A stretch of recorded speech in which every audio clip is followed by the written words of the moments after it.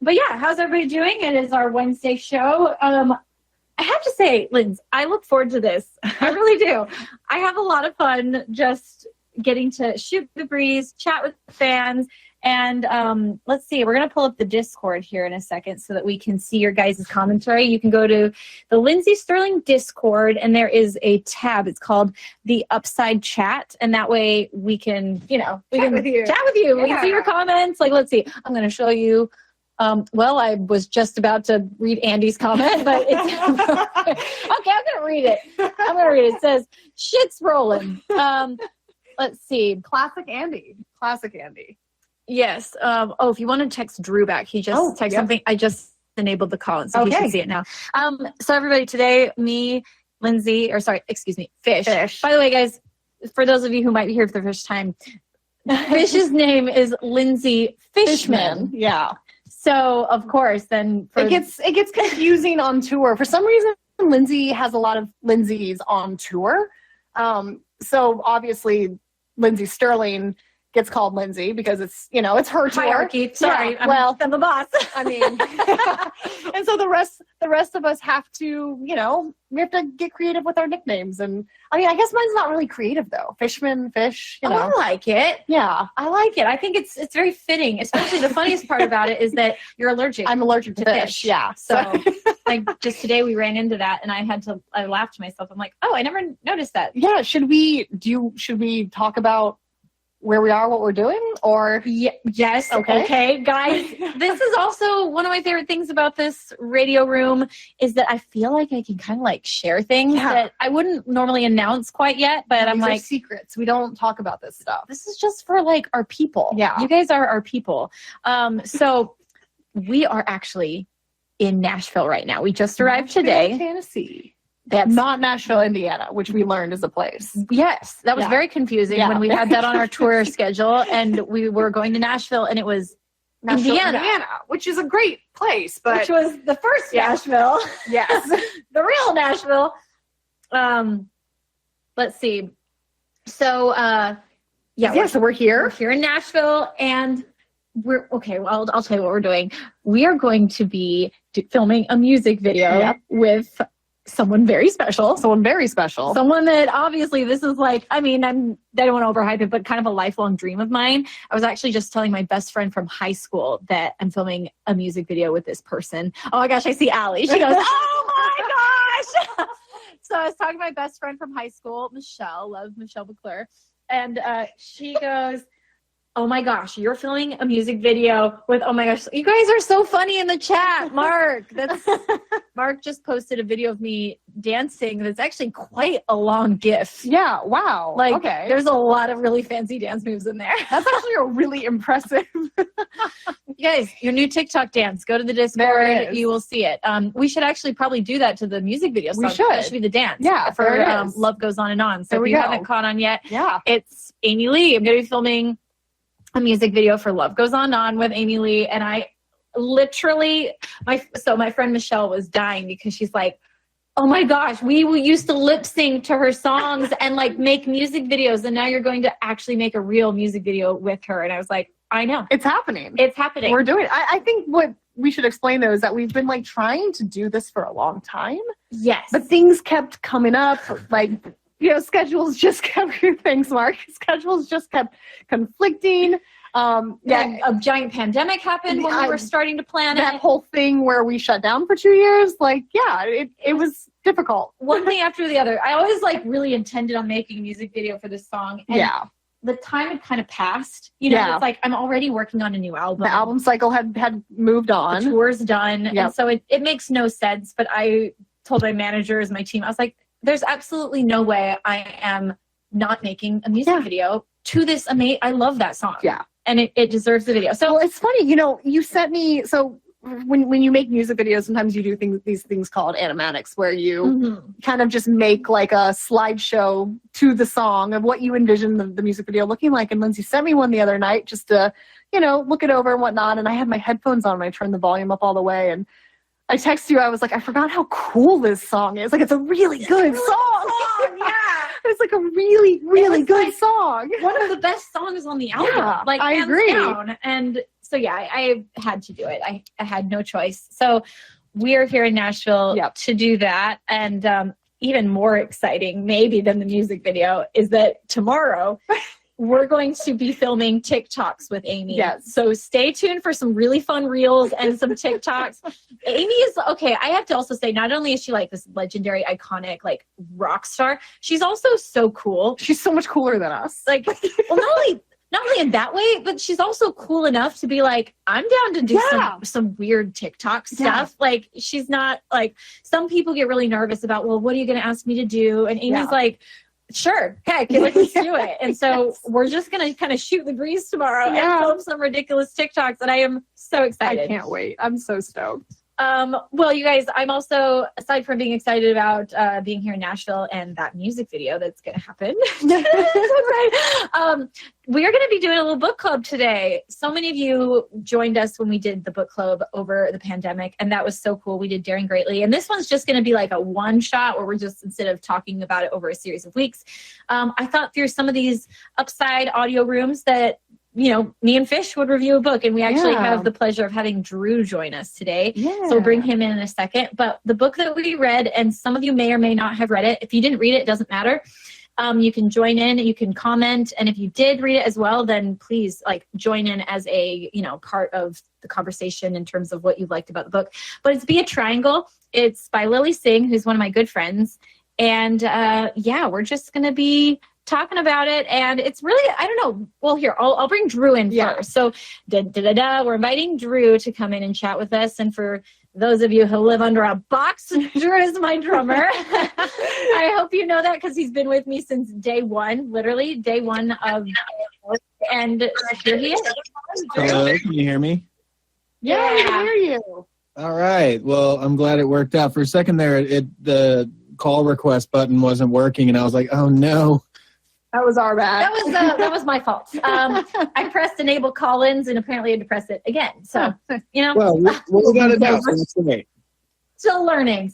Drew, our Discord chat is, everybody is saying hi, Drew. They're all stoked to hear you on this call. There's several exclamation points as well.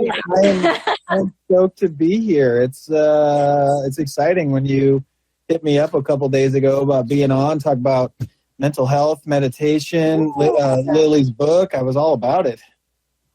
Did you get a chance to read the book? I did. I got it. It's not the longest read in the world, so I got it yesterday, and I was able to plow through it. And it was actually very, very good timing for me, just because past couple weeks have been kind of stressful, and the whole talking about living in gratitude as opposed to like when it's convenient and like reminding yourself about it. It's like the whole thing about living in it was kind of the biggest thing that really stuck out to me. But anyway, I thought it was a wonderful book, and it was perfect timing for me. Amazing. Well, we should give the listeners kind of like a short little, you know, what's the word? Synopsis of the book.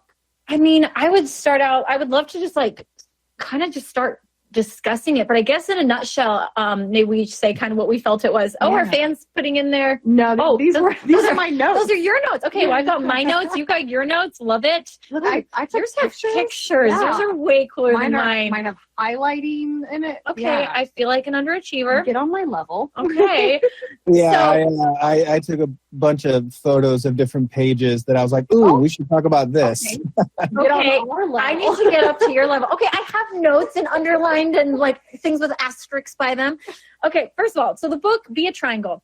It's basically kind of what Drew alluded to. It's a book about being the best version of yourself, not making compromises. It's about actually getting to know yourself as opposed to just kind of letting the world push you around. And if you look at the shape of a triangle, there's like a solid base.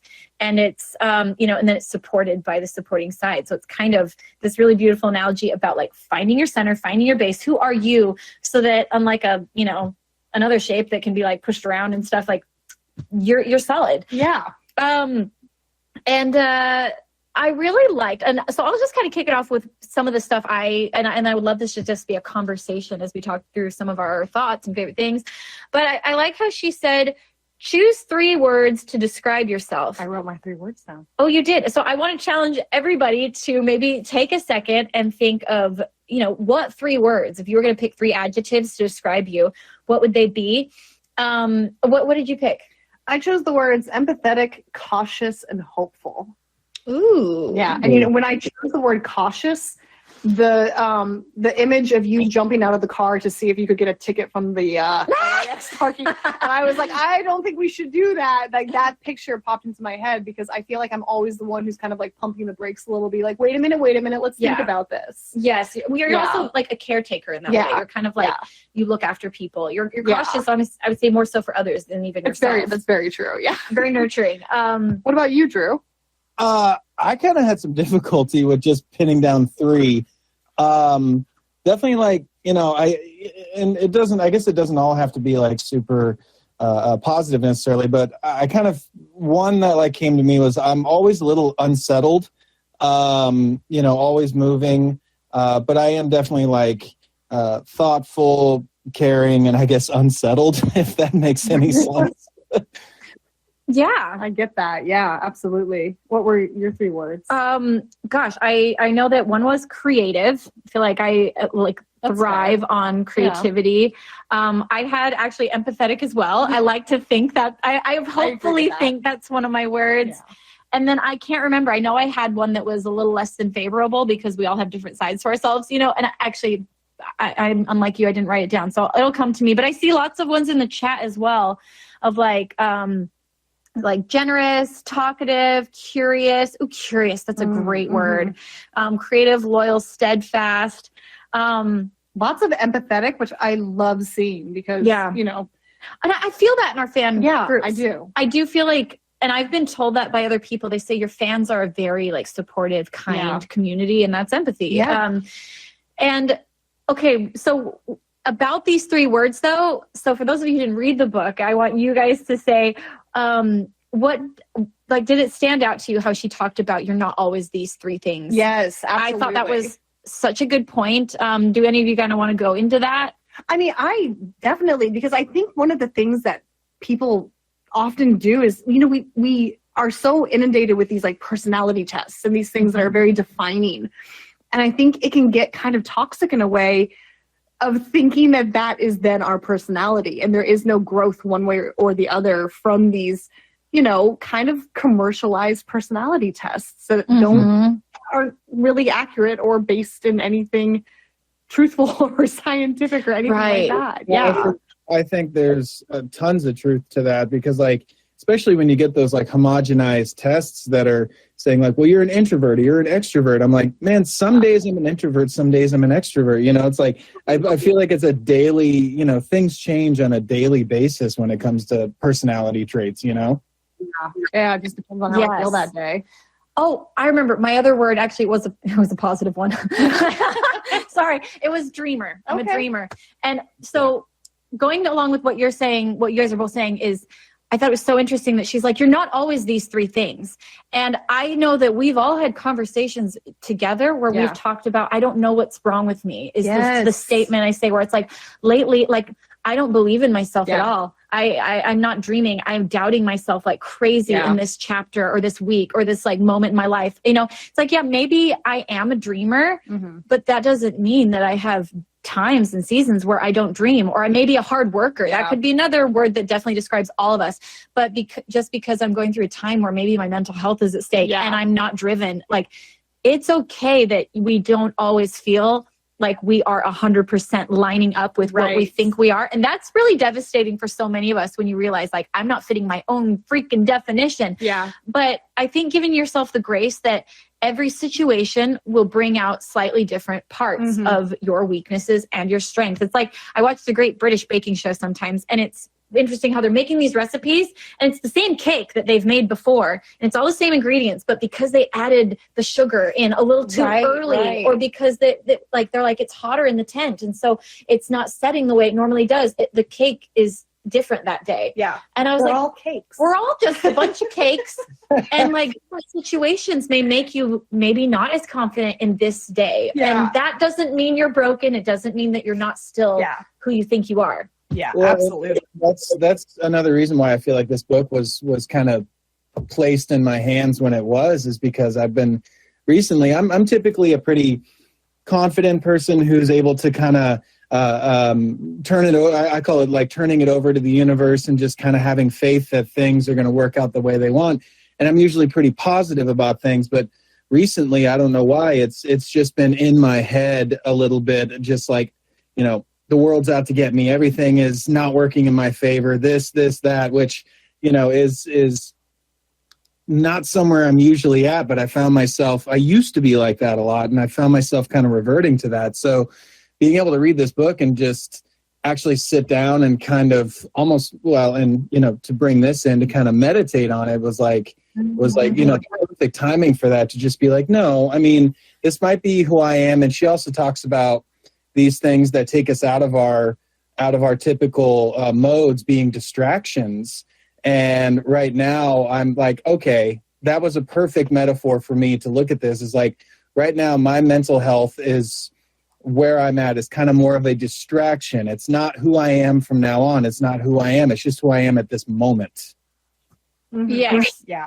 And giving yourself some grace that, like, that's okay if that's where I am today. Like, I've never gotten better or in a better headspace or improved by beating myself up and being like, what is wrong with me? I think a lot of times we think that when you're really hard on yourself, and if I hold myself to this high standard, it's going to make me be better. I have to be better. But It actually makes you retract, and it makes you discouraged. 100%. And, I liked that she said, and I don't know if either of you have a comment on this, but she says that it's easier often to define yourself by what you aren't rather than figuring out what you are. And I thought that was a really good point, that she talked about, like, building that foundation of what, who you are. But did you guys have any thoughts on that statement? I mean, it's an incredibly accurate statement. I think it really kind of points out how easy it is. It's so easy to see the negatives. It's so easy to see what we don't have. It's so easy to see what we're struggling with. And it's incredibly difficult to just simply notice what we do have and what we are and what we have accomplished. I feel like you and I have been talking about that a lot lately. Where, what was it you said to me today about the gratitude thing? I can't remember. Yes. Oh, so guys, I think we're going to have a whole week on, or like, I'm going to have a time when we talk about this other book that I'm reading right now, but I'll give you a little sneak peek of it. It's a gratitude book, and every day you focus on a different aspect of gratitude, a different pillar, if you will. Like one day it was all about health. One day it was about, your job. Today is actually about not the money you have, but the money that you pay. And so they're saying, like, be grateful when you pay the bill. Like, instead of being like, oh, electricity bill is so freaking expensive and my money's being eaten alive. It's like, no, be thankful, one, that you can pay the bill. Secondly, be thankful for what the bill gives you. Like, that gives you electricity, That you have the ability to be in a place where you are paying this bill. Like, you have a house that you're putting power into. Like, that's something to be grateful for. Well, I think that was Lily's whole point about having your default being living in gratitude, is because, you can kind of fall back on that. Be like, well, I'm grateful that I have the money to pay my rent or my mortgage this month, as opposed to, well, there's another X amount of dollars out the window. It's like, no, I'm just grateful that I can do this. Yeah. Right.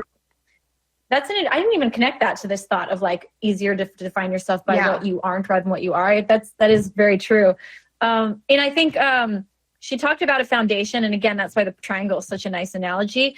But she was saying, like, build a foundation of who you are, and, like, really start to understand and accept who you are, and that can be flexible. Like, you can be different things on different days, but, like, know who you are so that you can have some deep roots that stand strong when, like, everything on the surface may be amiss. Like, you still have a foundation underneath you, and she talked about making yourself a strong home, or making yourself a strong home for yourself to be in. So how do you do that? How do you make your foundation of who you are strong, and how do you make yourself a home for yourself? I think it's important, at least for me, I want to point out that I didn't start doing this until, like, the age 32. Like, it took me until my 30s to begin truly building a foundation of who I was.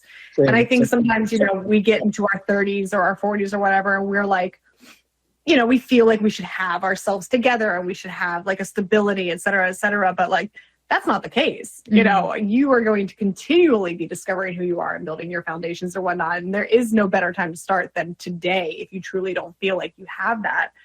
I didn't start getting myself together until like the age of, 32. So I feel like that's an important point to make there when it comes to building your foundation, is that the judgment that comes with it has to stop there. Like, that's part of building that foundation, is stop judging what you should have done by now. Yeah. And just start living with how you want to be.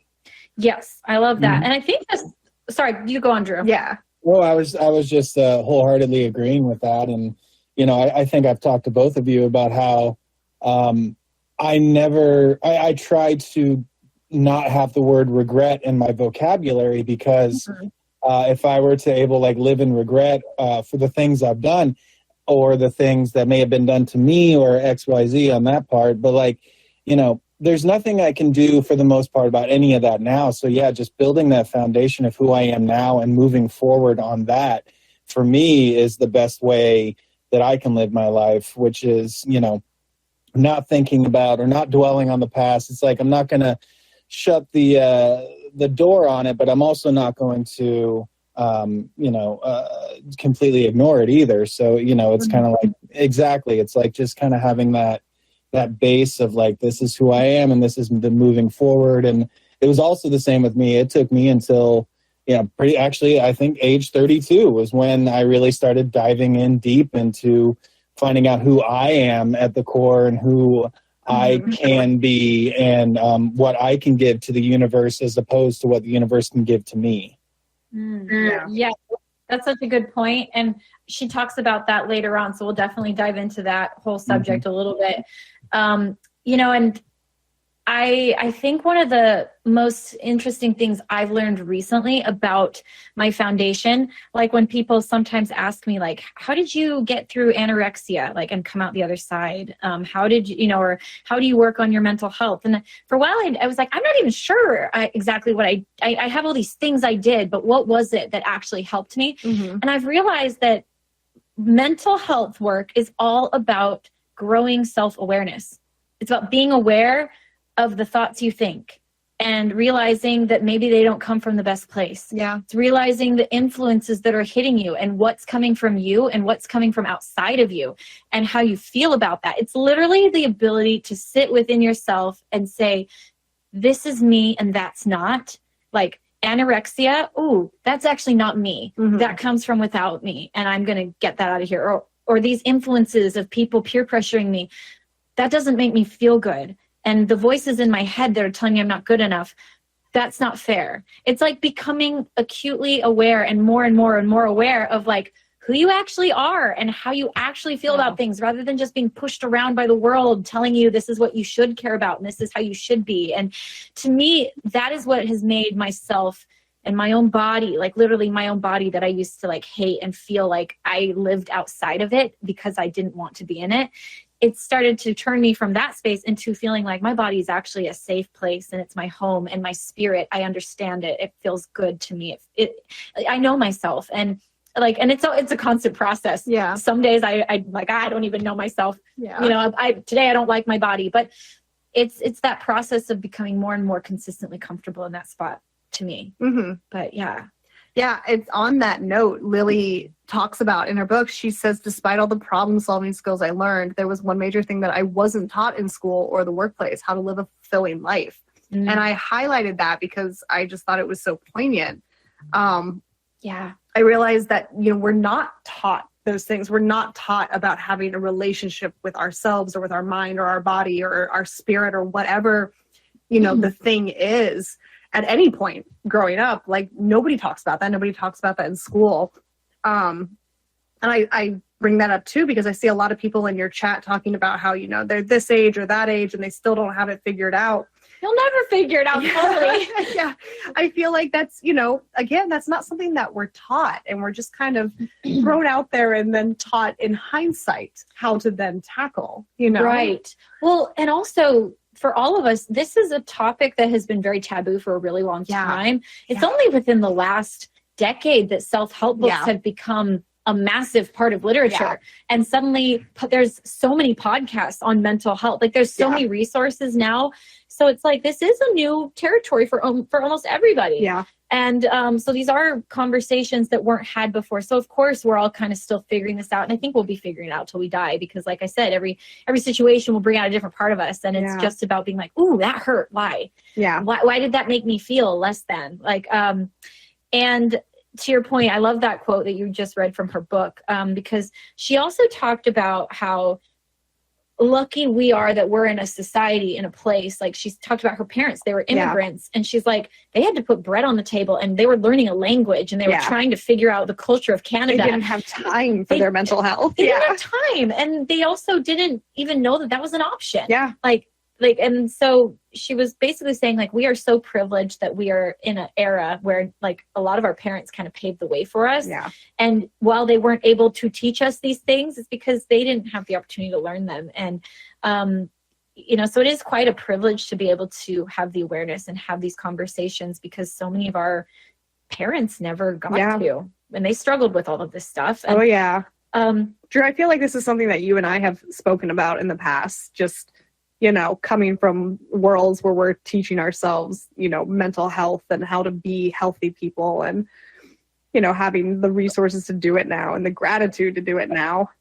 Yeah. Well, I mean, that's just such a big thing, that, also, Lindsey Stirling, to your point, it is so much less. It's not even considered taboo anymore. So quick shout out to Papa Stirling, Steven Stirling. I was watching an LA Dodgers game earlier today. And remember how much of a fan he was. And the commentators, of all people, I couldn't believe this. They were talking about mental health in Major League Baseball and how it was taboo to talk about it for decades and decades and decades, and how now we're in a certain time where mental health has become not only not taboo anymore, but it's become necessary.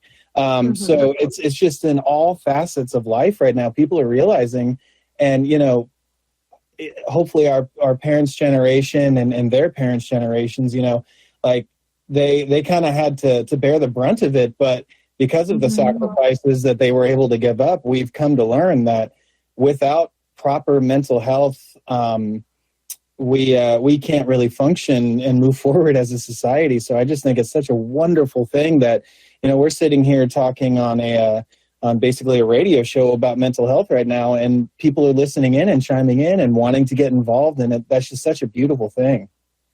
Yeah, I think Lily says in her book, the quote is, no one in my family ever sat me down and gave me the mental health talk because they'd never heard it themselves. And I actually texted that to my mom. Oh. And I said, because we've been talking a lot, my mom and I have been talking a lot lately about mental health, and it kind of in the way where I've been reassuring her that, she did do enough for me growing up. And that's kind of a big insecurity of my mother. So I texted that to her, and I told her, that's so important. I'm always telling Mark, my boyfriend, that he can't be angry at himself for not knowing this or that when, he was never taught that in the first place. And the same goes for her. And I said, it isn't our fault that we don't have those tools. It only becomes our fault when we become aware that we don't have them and then continue to not have them.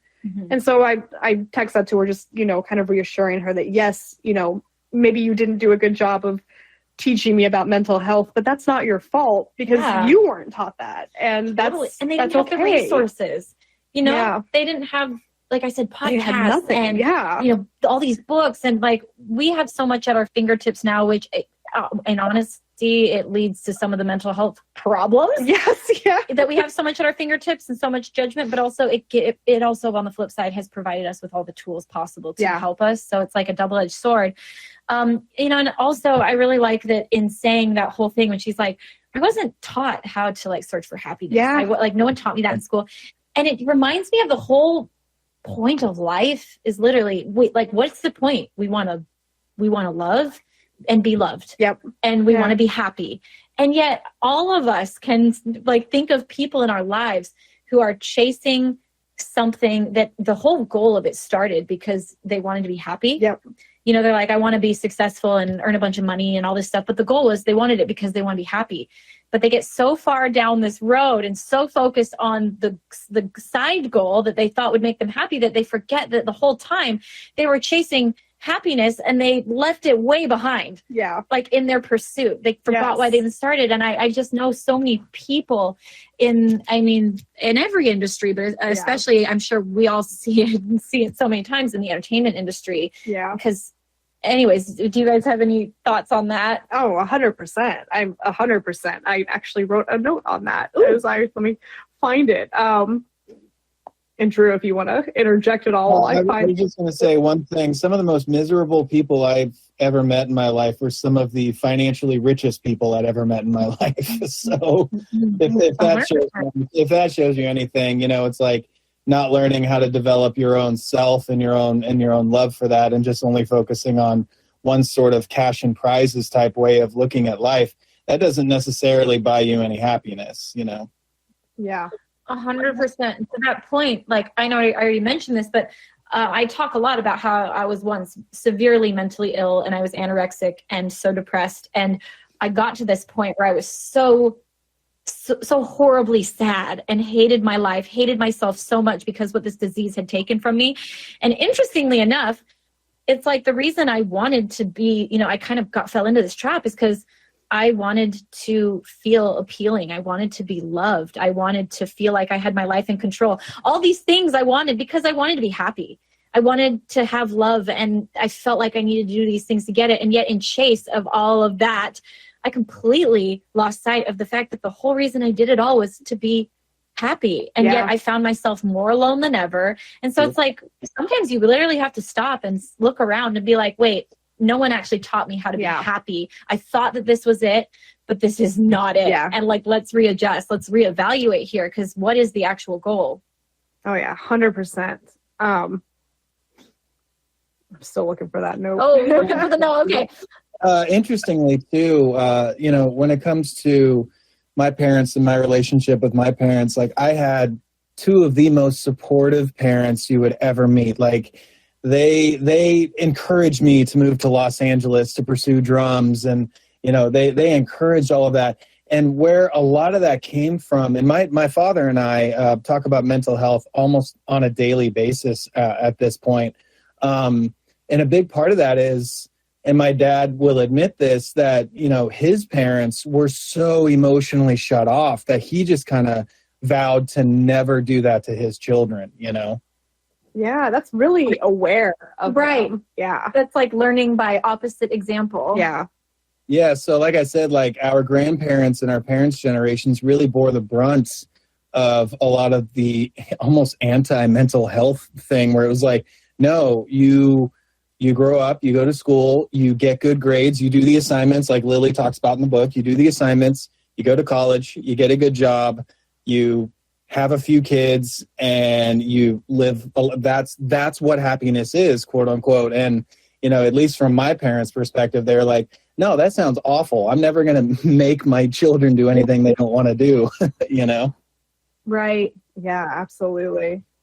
I'm also curious. This is actually something that we talked about in church on Sunday in my Sunday school class, but I thought it really related to this book. We had a whole discussion about the difference between happiness and joy. Mm-hmm. So I wanted to bring that into the conversation and just open that up to the floor. What do you guys feel like is the difference between happiness and joy? Wow, that's a thought-provoking one. Yeah, that's interesting. I mean, usually you'd think of those as like synonyms of each other, but I do see what you mean, though. I guess for me, like happiness would be kind of an overall feeling of just being content and happy, and joy for me would be like, oh, this wonderful thing happened, I'm so joyful about it. Whereas I'm just kind of, I always try to live in just that basis of gratitude and just happiness. And then anything joyous that happens is like celebrating a wedding or people having kids. Like, I look at that as joy, but I look at happiness as more of a state of being, I guess. That's exactly what I was going to say. I feel like happiness is exactly what you just said, a state of being, whereas joy is like a momentary high in like the timeline. You know what I mean? I think I was saying on last week's show about you can't have the highest highs without the lowest lows. I feel like joy would be the moments of the highest highs, whereas happiness is when you are in a state of maybe understanding gratitude in the way that you can live in constant happiness because you are aware and grateful of what you have. Does that make sense? Yes. I 100% agree with what you guys are saying. It's funny. I flipped them in my mind, but it's like, it doesn't matter. Like, it's one potato. But yeah, it's like one of them, it relies on circumstances is kind of what I've come to see. Like you were saying, Drew, like, I'm happy and now I'm sad. But to me, so yeah, same concept. I just flipped the words. To me, joy is something that's like innate and it comes from within. And I can think of several instances in my life where I was very sad, but I still had an innate sense of joy. And it's, and that to me comes from pure gratitude. And it's like, oh my gosh, this is a hard situation, but I am with my family, I am with my loved ones, and we're going to get through this. And that's like that constant, like, whether you call it happiness or joy, it's just, one comes from circumstances. And that's when you don't have a foundation in yourself. Cause it's like, if something good happens, I'm good. And if something bad happens, I'm sad. But, if you have this inner sense of like, joy or happiness, that's your foundation. That's your foundation. And the winds can blow and the house can fall down, but you've got your foundation still and you're going to be okay. That is the base.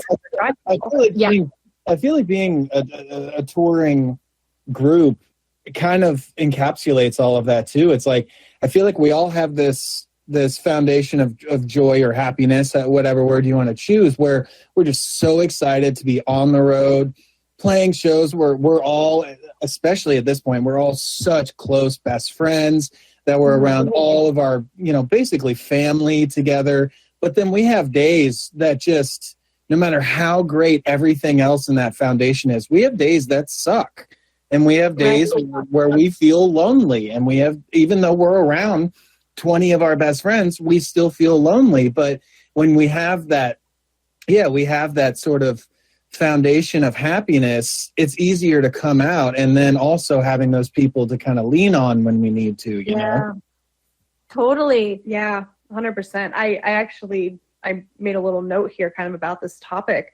Lily was speaking to, her words were, we need to create a home to return to. And when I say home, I'm not talking about a physical place or somewhere where pants are optional. I'm talking about a set of beliefs we return to after a day full of anything. We need to dig a foundation so deep that it will exist and thrive even if our surface level efforts fail. And that like really resonated with me. Back in 2019, I had like a traumatic life-changing experience happen to me, and I very, very suddenly realized I didn't have a foundation. So when this event happened to me, I became brutally aware that even though I understood like the ideas of gratitude and mindfulness and meditation and all of that, I hadn't practiced them enough to create a foundation of safety in my life. And that if I had treated them like preventative medicine, if I had treated them like going to the gym and working out the muscle, when this traumatic event happened to me, I would have been better prepared in my brain to handle it. But instead, I was left completely naked, completely bare to the world, just a complete mess, back to less than ground zero, like empty inside. And it actually made it so much worse for me because I was aware of what I could have gone into this situation with. And so reading this book just reminded me so much that that foundation, like, it's nice to talk about, but oh my God, is it necessary to build? It's so necessary to build. You don't know how necessary until you're suddenly in it. Well, and it takes maintenance too. Oh, so much maintenance. And that's the thing is I used to be like I used to meditate every day, and then I just stopped for years. And then suddenly when I actually needed it, I didn't know how to do it anymore. And I was so mad at myself, which was just counterproductive. So it's so necessary to do I always liken it to going to the gym. You know, you can't go to the gym and start bench pressing 300 pounds if you've never done that before, you have to go to the gym and lift 5-pound weights and work up to it. And the same with meditation. You meditate for 30 seconds a day and you suck at it. And if you keep it up, a year from now, you're going to be great. You're going to be, climbing mountains. Yeah, my metaphor for that was always, you can buy a brand new car that works amazingly, but if you don't get regular oil changes, that brand new car is going to die eventually. So it's like it's constant maintenance.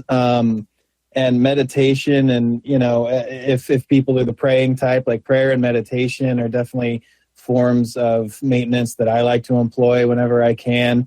I'm not always the best at it. I mean, admittedly, recently I've not been very good at my own self-care and meditating or anything like that. But, honestly, just chatting with you guys right now and reading that book, it kind of reminded me, like, look, even though things might not feel amazing right now, that doesn't mean that I can't still, but I still have that foundation of gratitude and happiness, and I just need to get a tune-up.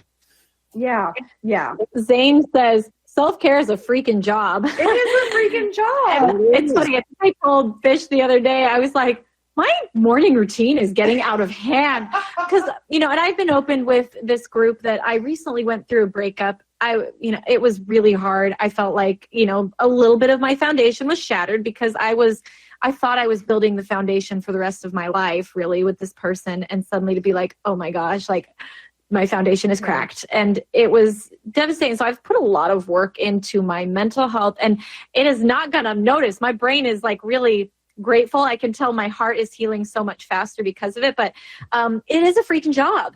I think one of my favorite things, practices for my foundation is honestly constantly having a self-help book that I'm reading. Yeah. Like having something like this book or this, a book about gratitude, or I'm reading one about breathing, like just having all these resources to kind of constantly be every day flowing through my mind a little bit to remind me these are the important things, Lindsey, because so easily we're hit by so many messages every day. Yeah. Thousands upon thousands of messages from billboards to, ads playing on our, YouTube channel to, Instagram, whatever. There's so many influences. And if you're not choosing the ones that you want to be your foundation, the other ones will start to be the loudest voices. And that is not what we want. I do feel like I need to take this moment to say that watching you go through this breakup situation impressed the hell out of me. Oh, thank you. And I only had myself to compare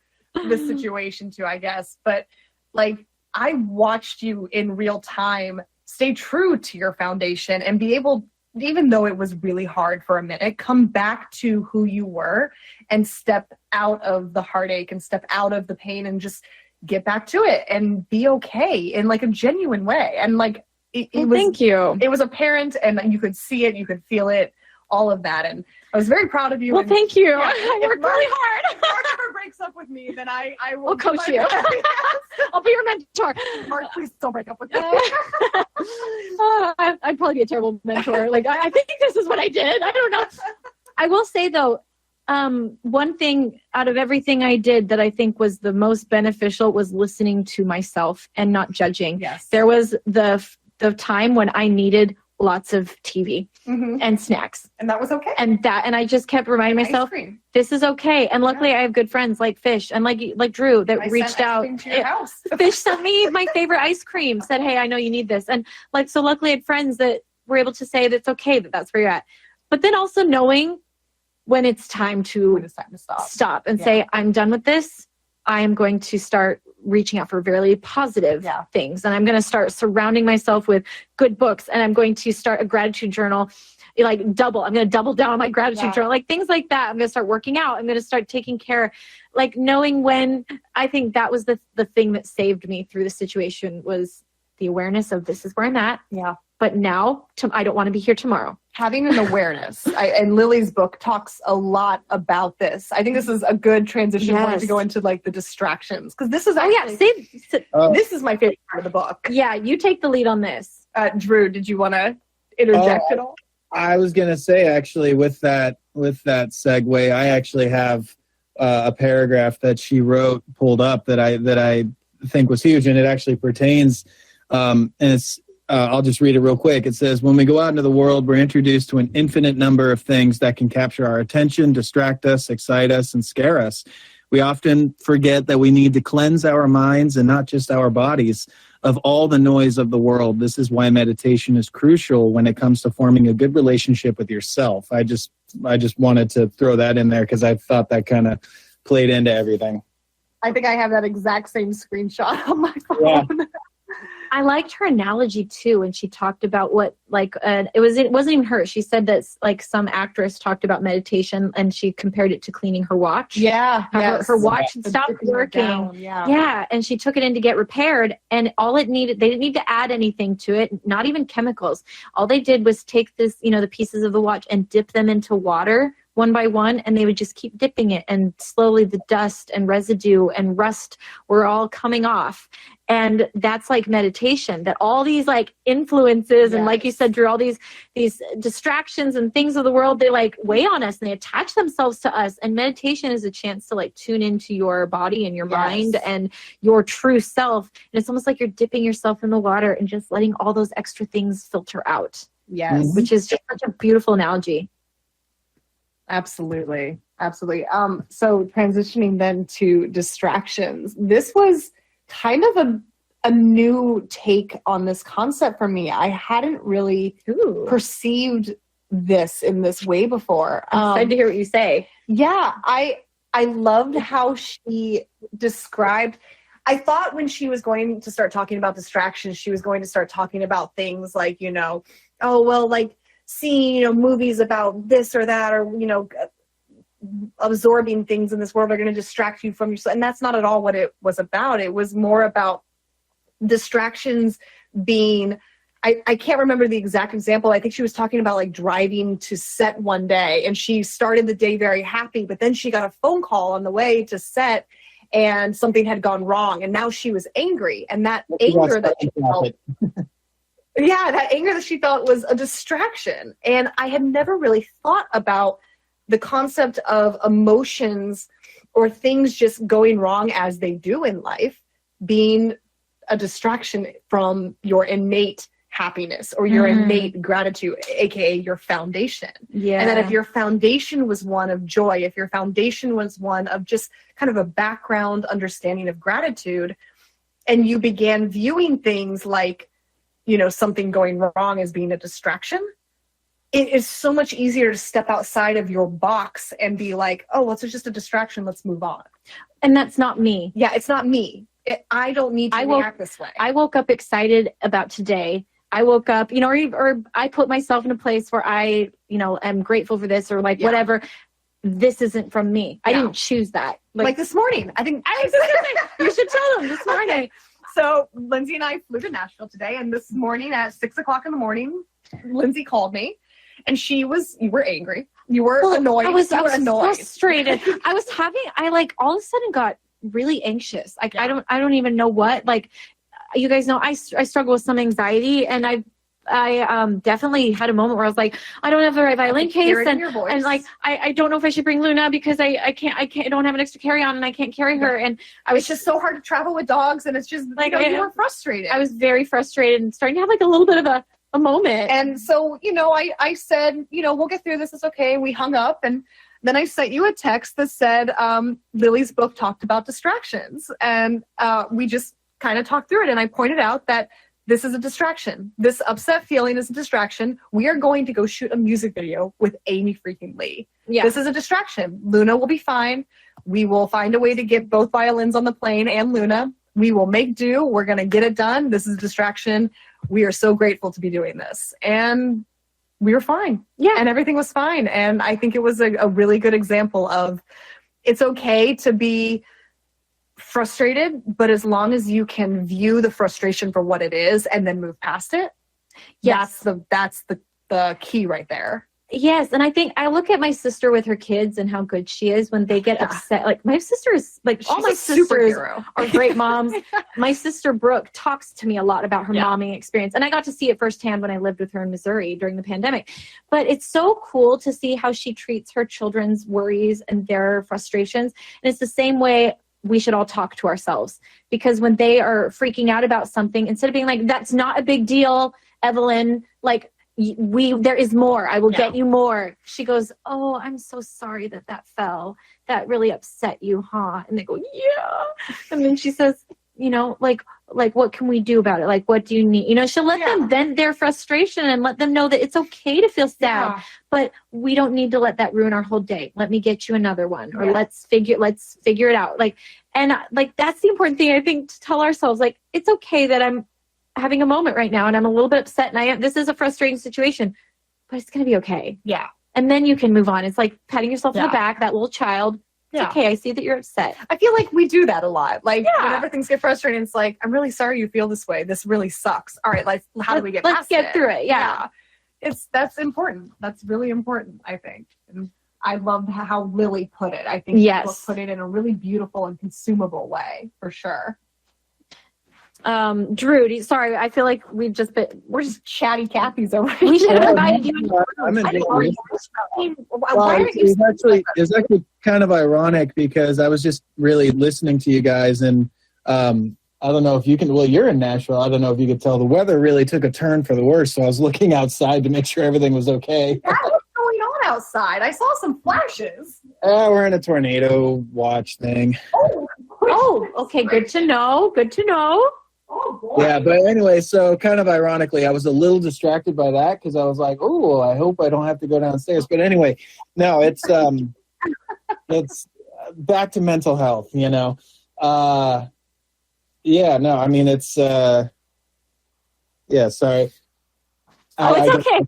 I apologize. I got like a bunch of texts too. My bad. You want to know if there is a tornado coming. Yeah, just warn us. We don't have our updates on right now. No, we're looking at Discord. Well, you guys are professionals. You don't have your phone updates on right now, like I do.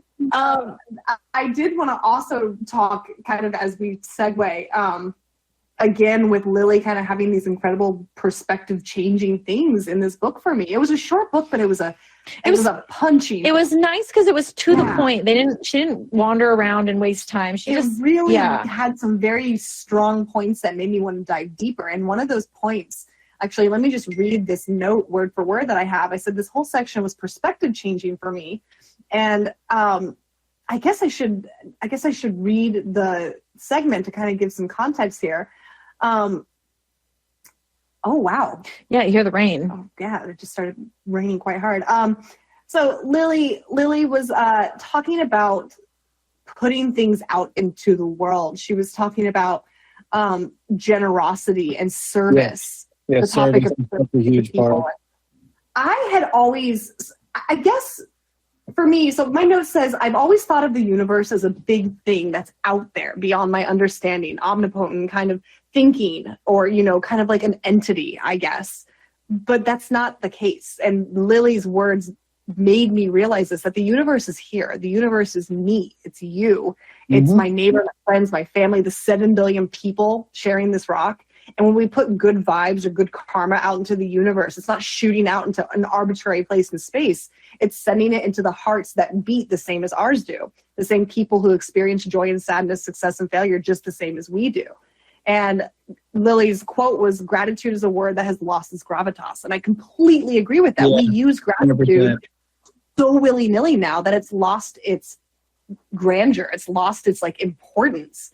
And that part of this book kind of shook me in a way, because I realized that acts of service don't have to be going to Mexico to build a house, you know? Right. It doesn't have to be going across, seas to help, people who are struggling in war zones. Acts of service can be buying, a gallon of milk for my neighbor. Acts of service can be simply replying to somebody on a web forum with words of kindness. Like, acts of service can be the tiniest thing in the world to the biggest thing in the world, and they can have the same weight to them. And I think it's incredibly important to talk more about that, so that people are more inclined to do small acts of service towards the greater good. Yes. And I'm going to check the weather just so you guys know. We are actually... I actually have a lot to comment on that, because since I kind of started turning my life around in many different ways when I turned 32, becoming of service, as I call it, becoming of service to people and of service to the universe has become a big part of what's helped keep me on this positive path and life. And Lily also brings up this, and I screenshotted this. It says, we are all meeting each other at different parts of our journey. And where that really sticks out to me is like, what if somebody is having the most wretched day in the world? What if they just got a text message from somebody saying like, oh, hey, we're going to have to, put your dog down or something. And you run into this person at the grocery store and you just look at them and say, hello, how are you? And then even if they just say, I'm fine, thanks, that can be an act of service, because for all we know, wherever this person is on their journey, maybe at that moment, that's all they needed to hear to just kind of regain a little bit of faith in humanity or life. Is just like, so like you said, the smallest acts of service can literally be saying hello to a stranger at the grocery store, because you never know if that's just the one thing they needed. Yeah, and that's a tiny act of service. Well, I also like that she put it, be a good partner to the universe. Yes. And I really liked it being put that way, that we're in a relationship with the universe. And she talked about how, like, I'm big into, like, manifesting, especially lately, and making wishes and dreams. And I talk about that a lot, even in shows, like, hey, ask, make wishes and, prayer and all those things, like ask the universe for the things you want. But she said half of her meditation time is receiving and asking. Yeah. Half her meditation time is giving. And she says it's as simple as sending love to those experience that loss that you may be feeling. Like if you're so sad and you're asking for healing for yourself, ask for that healing for someone else as well. And, if you just went through a breakup, like send love to those who might be feeling same kind of heartache. Yeah. And I think that that's not only energetically powerful, because we as humans do give off a spiritual and a physical energy, but also what does it do to your mind? It puts your mind in a space of not only receiving and asking, it puts your mind in a space of like, I'm going to look out in my life for other people. And you're going to be more apt to, at the grocery store, smile at someone. And you're going to be more apt to just see opportunities because you're looking for it. Yeah. It's like it's like practicing being kind. It's practicing being aware. Did I ever send you, I think we've talked about this before, maybe not. Did I ever send you the article that I read? It was a guy who committed to spending 24 hours smiling. He said, I'm going to smile for 24 hours at every single person. He had to spend like 3 hours in traffic that day. And he was like, I am not going to stop smiling at every single person I see. Or maybe it wasn't for 24 hours. Maybe it was for like an entire week. I can't quite remember. It was I'll have to go back and find it. But he said by the end of this experiment, he had instilled it in his brain so much that smiling made people smile back at him. Yeah. That he began to naturally smile at everybody. So like from that point forward, he would smile at strangers. And he said his life improved so dramatically. Oh, wow. And he was the whole thing started because I guess his wife had called him out on being like a total grouch. And so it was almost a joke that he was going to do this thing. Yeah. And he said it improved at the end of the week or whatever it was, it improved his mental health because he had just started this habit and doing it so consistently that it became a real thing in his life.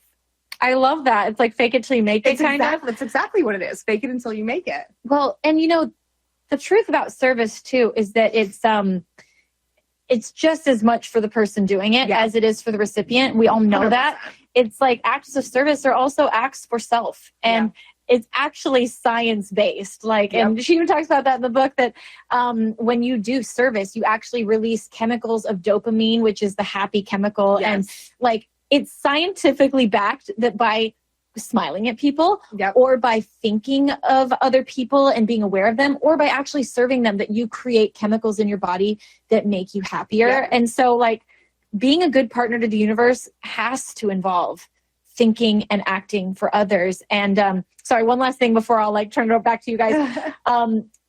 Something I've thought about a lot lately is I read that Newton's law of physics is that for every action, there's an equal or opposite reaction. Yes. And we know that, if I push fish her body will naturally push against me and we'll both kind of move. It's an opposite reaction. And that's physics. But also it is the same for the laws of gratitude and service. And if you are thinking outwardly more about other people, and if you're being kind, and if you have to get that same kind of feedback back, whether it comes directly from the person or from other means or just from your own mood. Like, there has to be an equal or opposite reaction from that. And that's just the laws of the universe. And I think that's really, really cool. Yeah. No, that's absolutely right. If you were to push me right now, I'd go flying off of this. Absolutely. I almost thought about doing it. Be like, see, your violins are right here. Oh no, not my babies. Oh, jeez.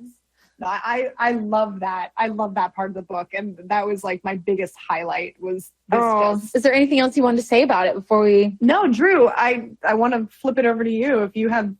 Is there a favorite part for you that you liked the best, or anything you wanted to add to that section?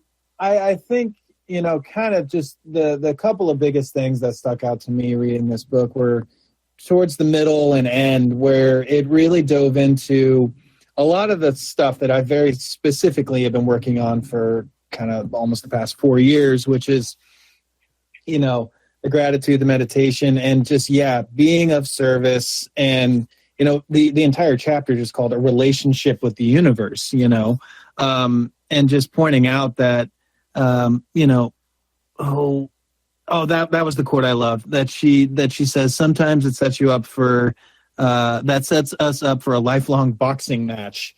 And I thought that was such a keen metaphor as to a lot of the ways that we can view life. And that's, again, that equal and opposite reaction kind of thing, where it's just like, well, one thing goes this way, then the other thing goes this way. And and she also talks about the metaphor of it being a roller coaster and how that's not even nearly sufficient enough to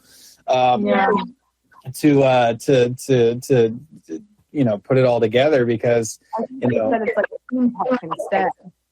It doesn't just go up and down. I mean, it goes it goes everywhere. So those were definitely the biggest thing. And obviously, service, I do my best. And that's the other thing too, is, like you've said multiple times, like giving yourself some grace. It's like, well, I know what I should be doing here, but I may not be doing it, but that, I can let myself get away with. I think at this point for me, just being conscious of these sort of things is almost a win in my book at certain points. Just knowing what's going on and being aware is almost a bigger win than sometimes, doing what I think I should have done. And what a lot of this boils down to me is just control and being able to relinquish control. And when I'm able to relinquish control over certain things, and as long as I know I've done the best I can do and all that I can do, the rest is out of my hands. And so being able to just kind of let that go, and that's kind of the relationship with the universe, and just having trust in the universe that, it's going to end up the way it's going to end up, whether I'm trying to control it or not. And so just all I can do is my best at that point. I feel like Drew and I both share a fear of flying, and Drew, you're always telling me that part of how you deal with it is just accepting that you can't control anything while you're up there. That's part of it. I mean, I use some other ways too. One of which is this is a little Xanax? I'm just kidding. I compare, maybe this will help some people. I compare it to riding in a tour bus or a van or a car, and how bumpy those rides can be. And if I'm ever really stressed out, I just imagine I'm in like a bus or a van. Very true. Going back to your comment earlier about service, I want to share a little story about Drew. I remember when you had just kind of gone through like a big transformation, and you were in a really, like, I was so excited for you, because I felt like I had watched you go from a certain place to being the Drew that I always knew you were. And during that time, like after you kind of just went through this like kind of awakening in yourself, and like you worked so hard on yourself, I remember I asked you one night, like if I could bring you my violin or something so you could take it on your flight with you, because you were flying on a different flight, and I needed someone else to hold the violins because I had to bring 2 for carry-on. And you quickly said, I would love to come get it. And I was like, no, I can bring it to you. Like, you're doing me the favor. And you said, no, please let me come get it. And when you came to pick it up, and I thanked you, and you said, you know what, this actually is really cool because I'm in a place where I can serve. Oh. And I haven't always been in that place. And you were so excited to come and grab my violin and do a favor for me. And that really stuck out to me and stuck with me. Like, the joy that you felt in the ability you had in the place you were at in your life, that you're like, now I'm in a place where I can serve people. And I can help. I remember that very vividly too, because that was very early on in my huge life change, which at that point, you know, pre that time, it had gotten to the point where I said no to everything, or I was just isolating, and I was making sure that I, basically I was almost in many different ways kind of physically debilitated from being able to be of service to people. And so I remember that night specifically when you said that, or when you asked me to do that, and I was like, I'm going to go over there right now because I can. And I was just so excited about that.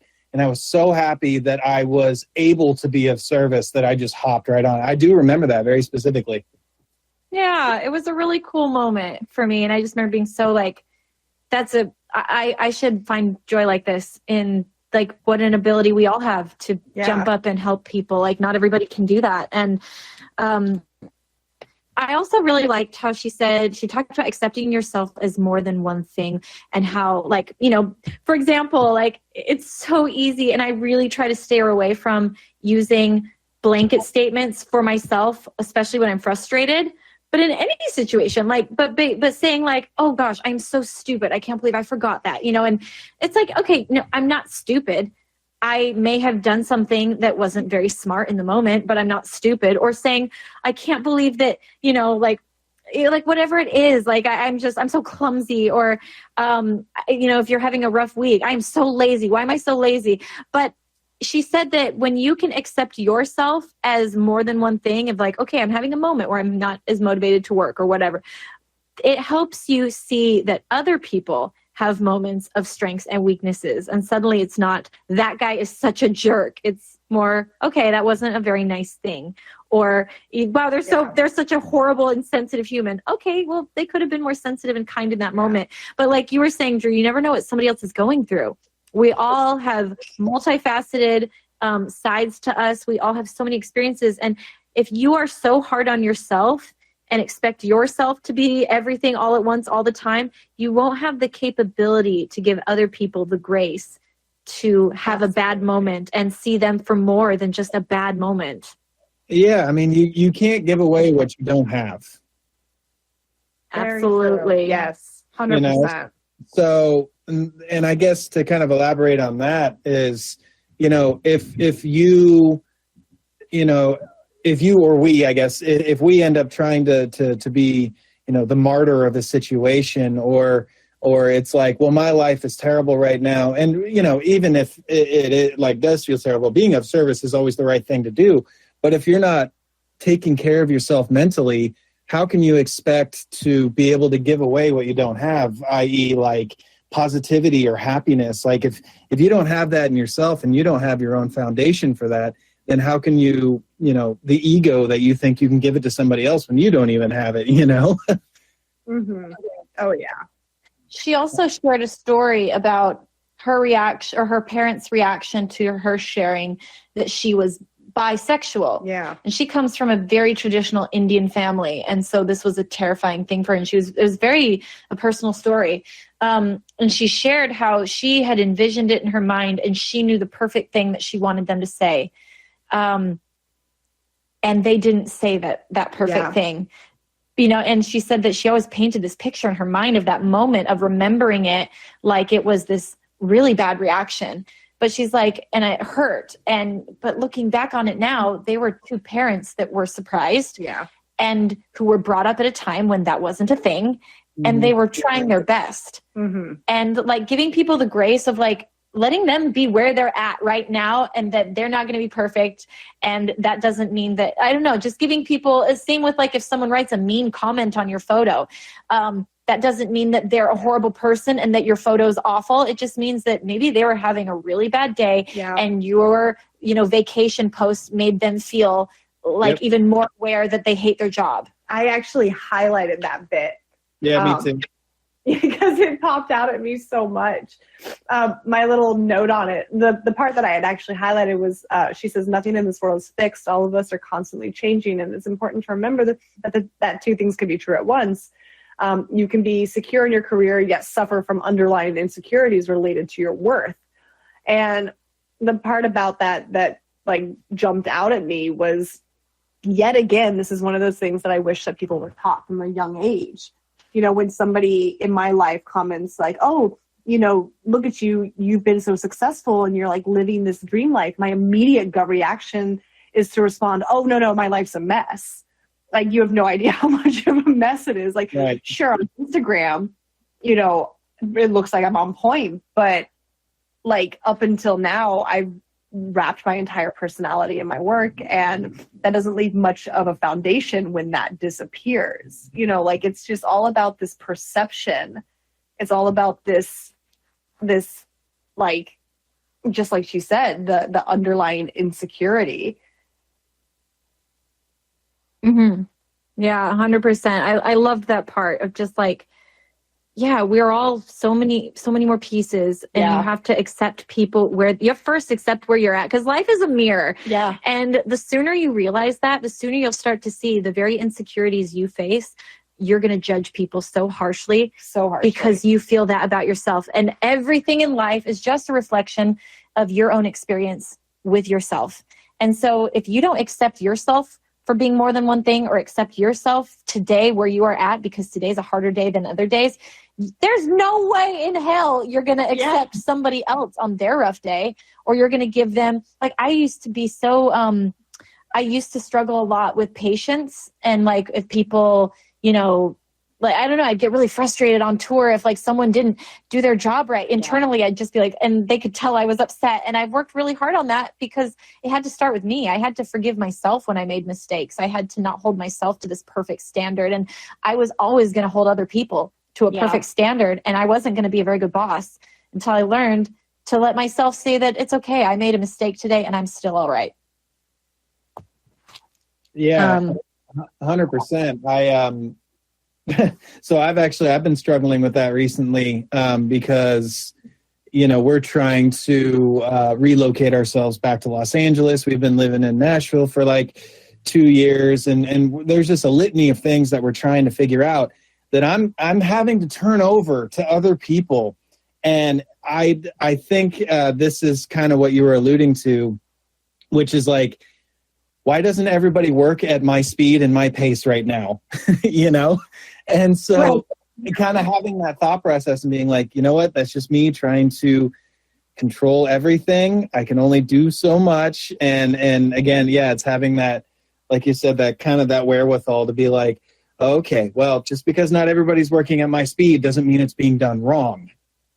100%. Well, and also on every different day, that speed is different for you. So if I'm like, why aren't people working at my pace on a day when I'm like, go, it's going to be frustrating. Also, if I'm on a day where I'm like, I have been working so hard and I need a little bit of time, why is no one working at my pace? Exactly. So it's like, it all kind of comes back to, oh my gosh, I'm expecting the world to completely just understand where I'm at, and until you understand it and give yourself variance, you're not going to give it to other people. Let's see, we're coming close to like wrapping up here. So I want to like, was there any other things that really stood out to either of you, like favorite quotes from the book? Or let me take a look at my notes. I'm sifting through right now. Well, you guys do that. I'm just going to say one that stood out to me. I love that she said, you cannot grow and expect to stay the same. Oh, so true. You cannot grow and expect to stay the same. And her example I related to so strongly, because she said that when she first started in the industry and first came out to LA, she would work nonstop, and she would work like, you know, from dusk till dawn and fly all the way across the country for one meeting and just work. And then several years later, she found herself like, and that made her happy. And I was like, that's so me. And I'm sure, I thought to myself, Fish will relate to this. Oh like, my gosh, yeah. I think all of us can have that story of like, oh my gosh, yeah, I used to work endlessly and I loved it. I wouldn't do anything different. I love going to the airport. Yeah. And I loved just the chase. And now I'm in a different place in life. And for a while, that was actually really hard for me. Scary. Because I was like, am I becoming lazy? Am I losing my ambition? We wrapped our identities in it. And that was who I was. I was that hardworking violinist, and realizing, and then hearing her say that she finally realized that, like, no, this is just a new chapter. I have progressed. I have progressed past that point of having to work like that. Very validating. It was actually very validating.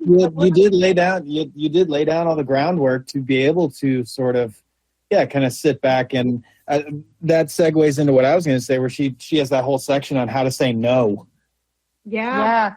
Oh my gosh. Yeah, it's learning, like, that was a different chapter for her, because she started out by always having to say yes and finding pride in saying yes.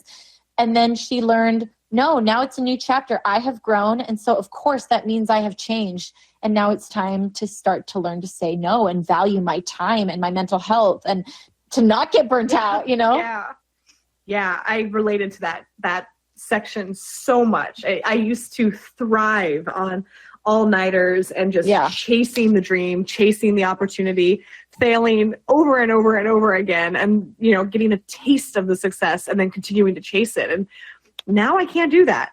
Now it's like, I'll tell you, honestly, I'm like, Lindsey, I'm fatigued today. I can't. Yeah, I'm tired. We're not doing it. And I said to you this morning, I was like, I think I'm going to wear my PJs on the plane. And you said, oh, what kind of sick are you feeling today? Nice. We've slowed down a little bit, and it's okay. And that's okay. Yeah. And to expect that you have, like, you know, and to see that rather than like a devolving. Yeah. To maybe look at it as like, I've evolved.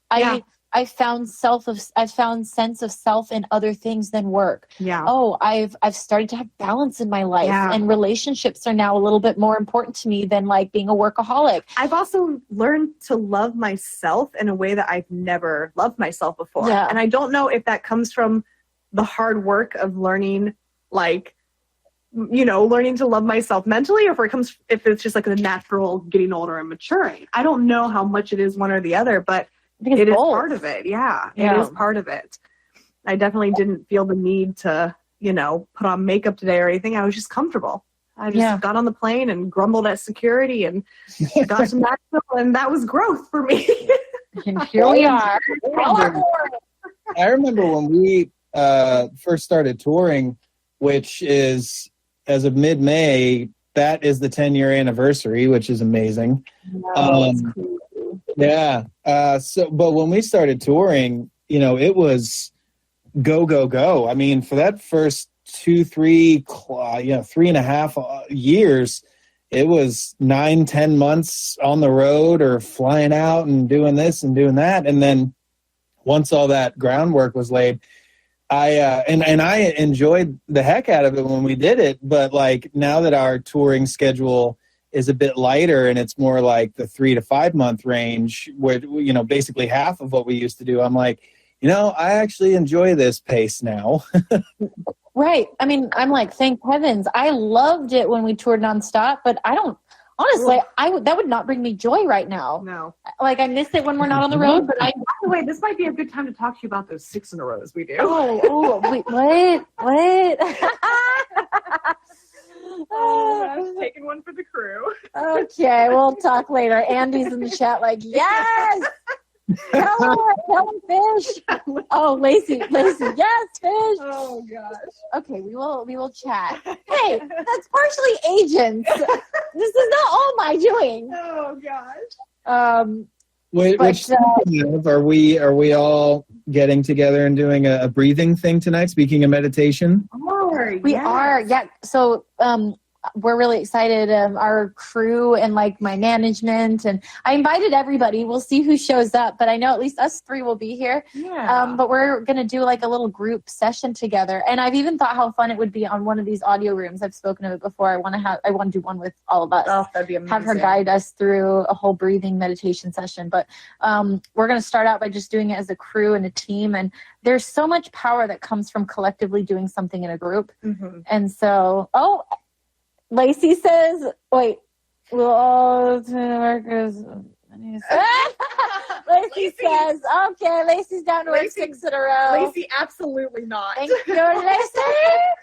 I will say I've been saying this too as I, put the invite out to the crew. One of the things that I've been saying is that I have physically seen the change in you since you've started doing this breath work. It's incredible, like in a very remarkably positive way. And I'm excited to start doing it in my life too. Like, you did say that in your email. I thought you worked for the for the breathing coach and you were advertising. Look, I know we have some skeptics, and I get it. I know we won't see Andy to be honest, I was a skeptic. Oh, I am still a skeptic, and I'm sure. And I don't fault anyone for being a skeptic of like breath work being a huge changing force in your life. Like my friend gifted me a session. I did a session and still was not drinking the Kool-Aid. I was like, okay, cool. I did one session. Thanks. I breathed and that was nice. Only when I got really desperate and I was like, I need help. My anxiety is overcoming me. I just went through a breakup. I need help. And that's what came to me was I'm going to try that breathwork thing. And I can't believe how much it's helped me. So we'll have to do a session with like the Discord and, on this AMP audio room. I actually think I'm going to do it sometime next month, because it's Mental Health Awareness Month. And I thought that would be a perfect time to bring this in. But before we end, like anything else you guys want to share about the book? I feel like I just covered it. I encourage everybody to just pick it up. I mean, like we keep saying, it's a short read. Yeah, it's great. But it's a poignant read. It's a good place for people who just want to kind of gather their mental health and take a little deep look at themselves and, start to understand. So if you need a step up there, this book is a really good read. It's very short in a good way, a consumable way. Well, I feel like, sorry, go on, Drew. Oh, I was saying it's concise. It's not full of a bunch of, like reading a recipe on the internet, you have to get the person's entire life story kind of a thing. It just basically this just gets down to the recipe. It doesn't give you way too much info you didn't need. It just really gets down right to it. And I thought it was a great read. Have you noticed online that when you want to go look at a recipe now, they actually provide you a jump to recipe? What? Yeah. Okay. No, because half the time I can never find it. I'm like, why am I reading about your birthday party? Like, I just want to know how to make your dog's, like birth month. I don't know. So what Lily did with this book is she hit the skip to recipe button for us. Yeah. Did. And it's a great, also, like, I've read countless self-help books and I got a lot out of it. But as I read this, I thought this is also a great like introductory for someone who's not super like aware and hasn't really done a ton of research. But as a curiosity, it's a great book for someone, whether you know a lot about mental health or whether you're like, I want to get into this. This is a super good jump in. But anyways, well, thank you so much, Drew, for joining us today. And this was so fun to chat with you. And I hope we get to see you Friday.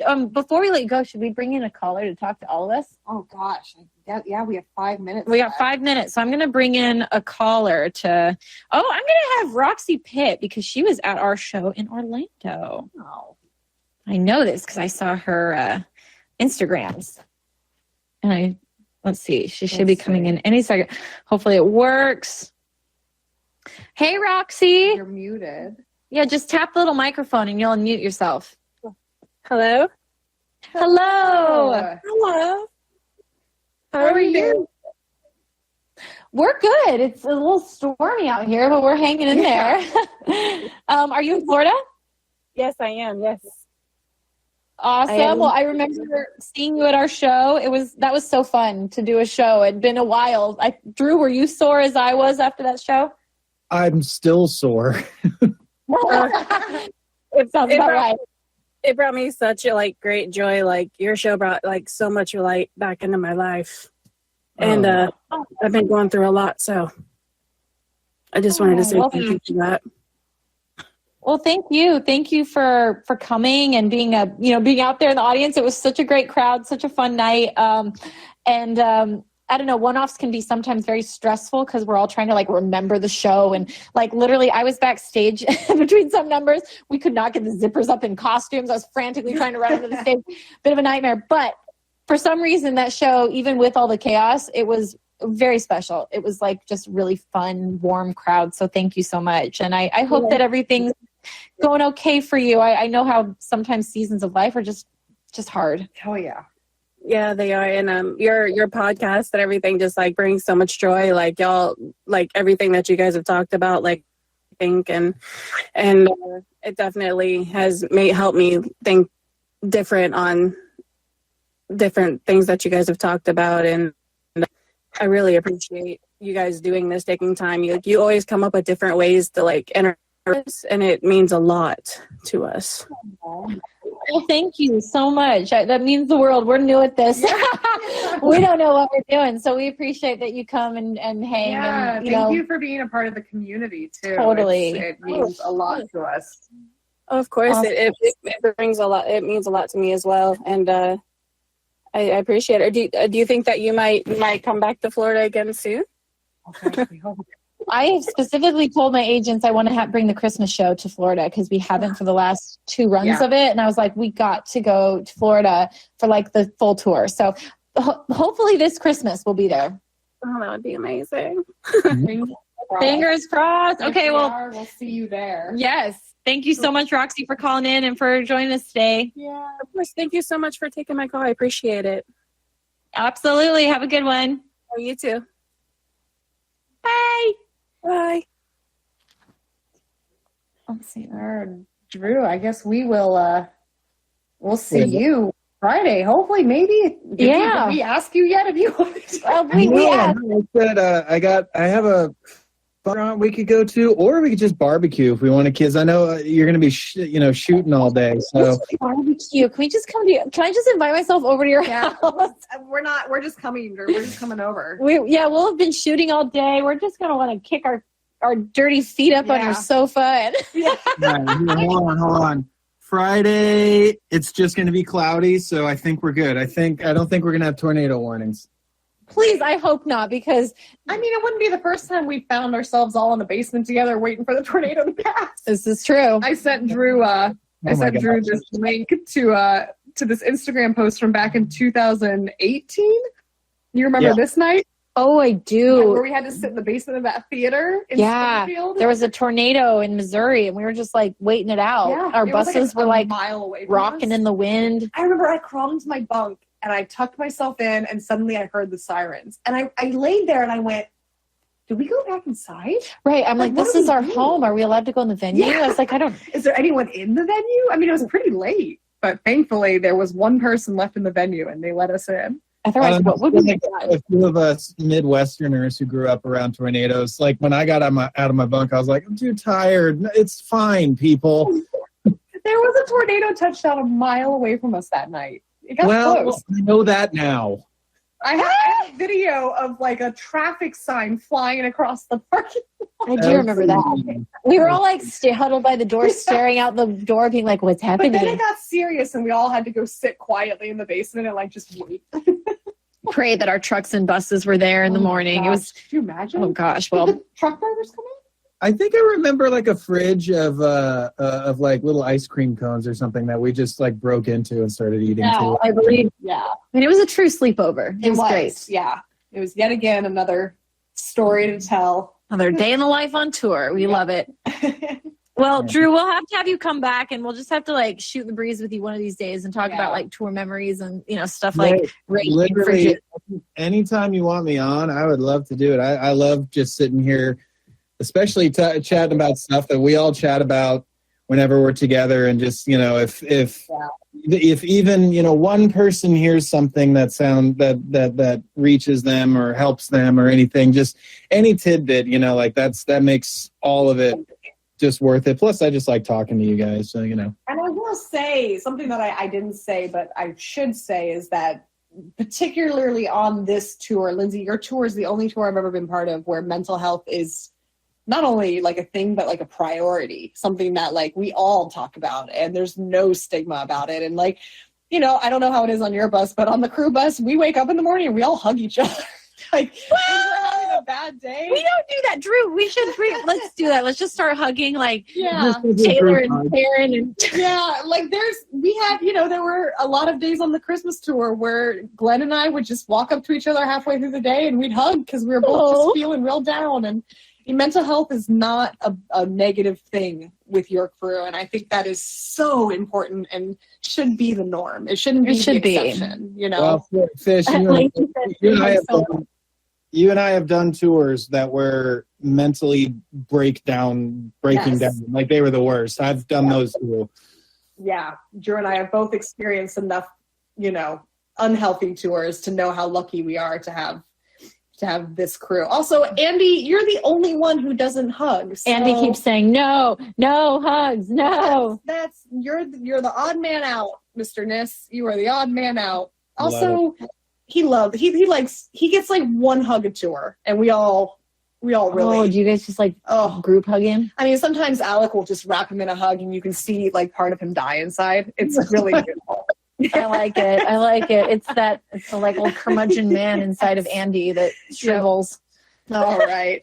Well, love you guys. Thanks so much for joining us for our chat this week. And thank you, Drew, for joining us too. We'll see you Friday. All right. Bye-bye. Bye-bye, everybody.